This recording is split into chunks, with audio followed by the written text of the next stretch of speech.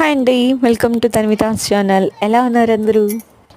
నేనైతే ఒక మంచి రెసిపీ తీసుకొని మీ ముందుకు వచ్చేసాను. సో దానికోసం ఏంటి అంటే బొంబాయి రవ్వ తీసుకుంటున్నాను. 1 కప్ వరకు బొంబాయి రవ్వ తీసుకున్నట్లయితే నేనైతే 2 బంగాళదుంపలు అయితే తీసుకుంటున్నాను. ఇప్పుడు ఈ బొంబాయి రవ్వ మొత్తం కూడా మిక్సీ జార్లో తీసుకొని ఇంకా బంగాళదుంప ముక్కలు బాగా వాష్ చేసేసుకొని పీసెస్గా కట్ చేసుకొని ఇందులో వేసేసుకోవాలి మిక్సీ జార్లో. ఇంకా సాల్ట్ కూడా వేసుకొని కొద్దిగా 1 గ్లాస్ వరకు వాటర్ అయితే పడతాయండి.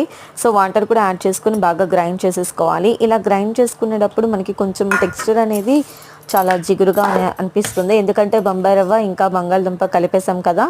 సో అలా అయితే మనకి జిగురు అనేది వస్తుంది.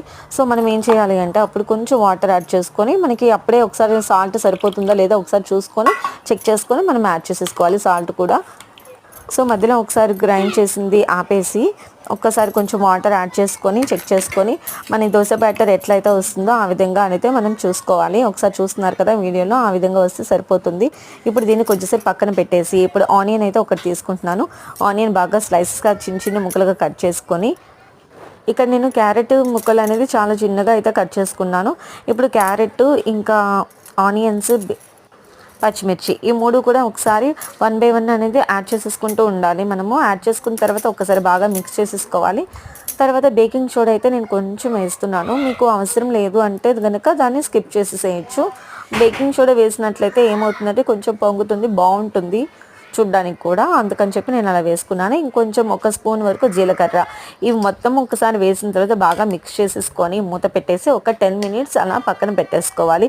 ఇప్పుడు దీనికి నేను చట్నీ అయితే రెడీ చేయబోతున్నాను, చూసేయండి. ఫస్ట్ దీనికోసం పాన్ తీసుకుని ఆయిల్ వేసుకొని కొంచెం పచ్చిమిర్చి ఇంకా టొమాటోస్ ముక్కలు కట్ చేసుకున్నవి అవి కూడా వేసేసుకోవాలి. బాగా మగ్గిన తర్వాత అవి పక్కన పెట్టేసుకోవాలి. కొంచెం ఆరుతూ ఉంటుంది కదా. ఈలోగా నేను డ్రై రోస్ట్గా పల్లీలు అయితే నేను డ్రై రోస్ట్ చేసి పక్కన పెట్టేసుకున్నాను.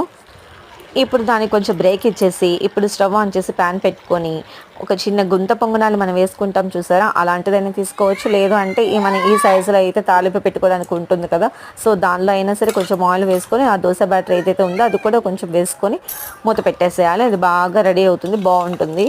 ఇప్పుడు మనం ఆల్రెడీ రెడీ చేసి పెట్టుకున్నాం కదా చట్నీ కోసం. ఇప్పుడు ఆ మిక్సీ జార్లో అన్నీ కూడా వేసేసుకోవాలి. మనం ముందుగా ఏదైతే రెడీ చేసుకున్నామో టొమాటోస్, గ్రీన్ చిల్లీ ఇంకా పల్లీలు ఇంకా సాల్ట్ కొంచెం యాడ్ చేసుకోవాలి. కొంచెం వాటర్ వేసుకుంటే కనుక వేసుకోవచ్చు.